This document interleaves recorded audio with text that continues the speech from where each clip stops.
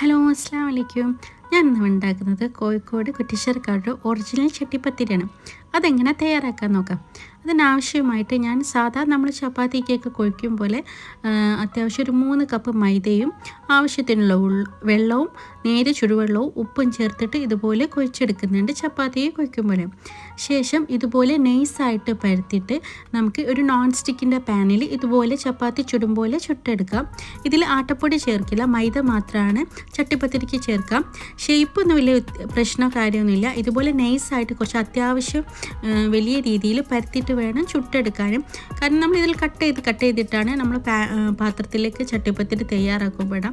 അതുകൊണ്ട് ഷേപ്പിലൊന്നും വലിയ പ്രശ്നമില്ല. ഉണ്ടാക്കുമ്പോൾ നിങ്ങൾക്ക് കാണാം.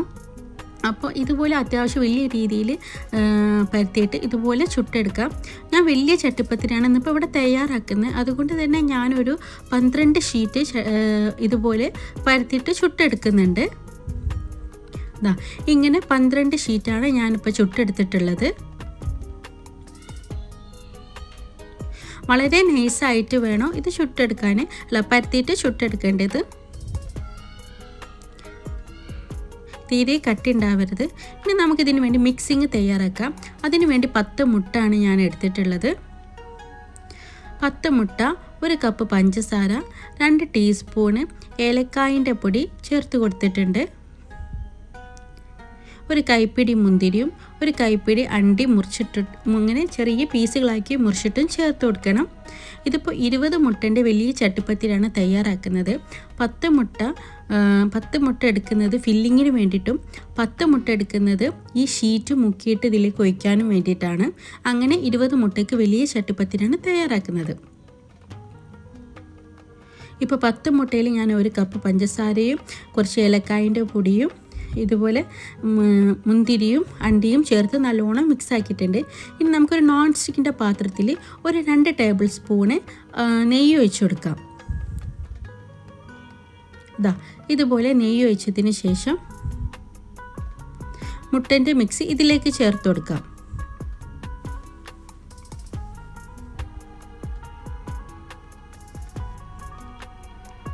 ഇതൊരു 5-10 മിനിറ്റ് ഇങ്ങനെ ഇളക്കി കൊടുക്കുന്ന സമയമാകുമ്പോഴത്തേക്കും ഇത് നല്ലോണം ഡ്രൈ ആയിട്ട് നമുക്ക് കിട്ടും. ഇപ്പോൾ അത്യാവശ്യത്തിന് മുട്ട വെന്തിട്ടുണ്ട്. ഇതുപോലെയാണ് നമുക്ക് കിട്ടുക. ഇങ്ങനെ മുട്ടൻ്റെ പണ്ട് തയ്യാറായി കഴിഞ്ഞാൽ ഇത് മാറ്റി വെക്കാം. ഇനി നമുക്ക് ഫില്ലിങ് ഈ ഷീറ്റ് മുക്കിയെടുക്കാൻ വേണ്ടിയിട്ടുള്ള മുട്ട തയ്യാറാക്കണം. അതിന് വേണ്ടിയിട്ട് 10 മുട്ട ഇതുപോലെ പൊട്ടിച്ചിട്ടുണ്ട്. അതിലേക്ക് 1 കപ്പ് പഞ്ചസാര, ഇതിപ്പോൾ 1/2 കപ്പിൻ്റെ 2 ഇതായിട്ട് ഞാൻ 1 കപ്പ് പഞ്ചസാരയാണ് ഇട്ട് കൊടുത്തിട്ടുള്ളത്. അതിലേക്ക് ഒരു വലിയ ടേബിൾ സ്പൂൺ ഏലക്കായിൻ്റെ പൊടി ചേർത്ത് കൊടുക്കണം. ഇനി നമുക്ക് കുറച്ച് ഒരു ടേബിൾ സ്പൂണ് RKGയിലേക്ക് ഇതുപോലെ 2-3 ചെറിയുള്ളി ഒന്ന് അരിഞ്ഞിട്ട് ഇതുപോലെ ഒന്ന് തൂമിച്ചെടുക്കണം.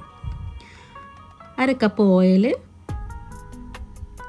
ഒരു 1/4 കപ്പ് പാലും കൂടി ഇതിലേക്ക് ചേർത്ത് കൊടുക്കണം. 1/4 കപ്പ് പാല് ചേർത്തിട്ടുണ്ട്. ഇത് നല്ലോണം മിക്സ് ആക്കിയതിന് ശേഷം നമ്മൾ ആ തൂമിച്ച് വെച്ചിട്ടുള്ള ചെറിയുള്ളി ഉണ്ടല്ലോ അതും കൂടി ഇതിലേക്കൊന്ന് ചേർത്ത് കൊടുക്കാം.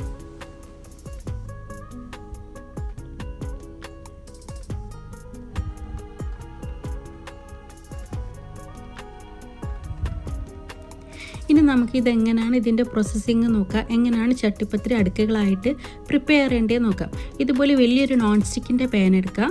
ശേഷം ഞാൻ അതിലേക്ക് ഒരു 3-4 ടേബിൾ സ്പൂൺ ഓയിൽ ചേർത്ത് എല്ലാ ഭാഗത്തേക്കും ഒന്ന് മിക്സാക്കി വെച്ചിട്ടുണ്ട്. ഇതുപോലെ എല്ലാ ഭാഗത്തേക്കും ഒന്ന് സ്പ്രെഡാക്കാം. ശേഷം ഇതുപോലെ ഒരു ഷീറ്റ് എടുക്കാം.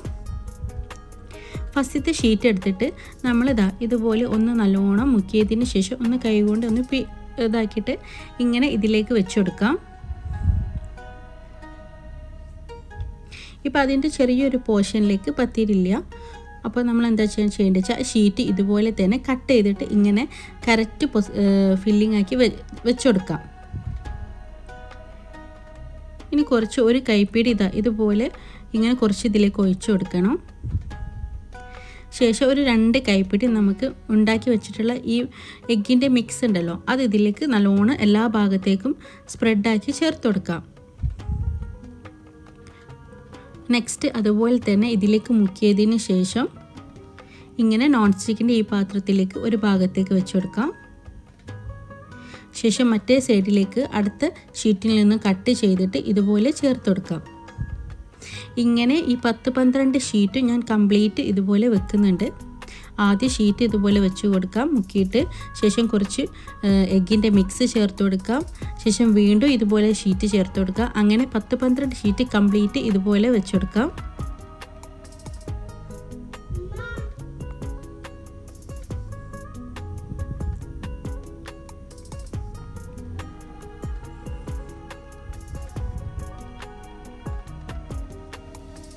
ഇത് കംപ്ലീറ്റ് ഞാൻ ഇതുപോലെ ഇങ്ങനെ വെച്ച് കൊടുക്കുന്നുണ്ട്.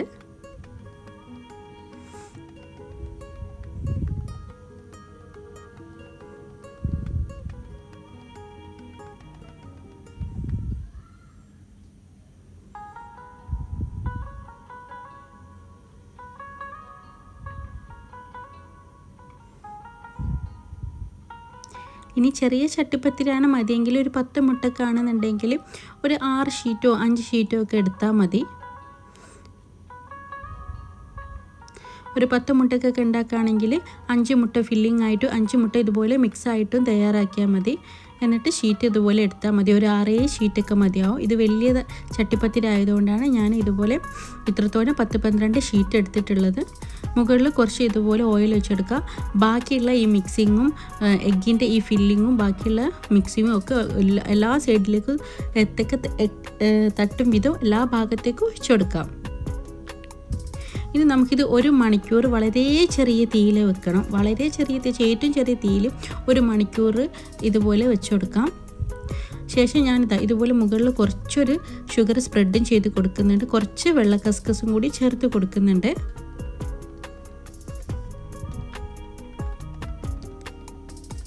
ഇതിപ്പോൾ 1 മണിക്കൂർ ഞാൻ വെച്ചിട്ടുണ്ട്.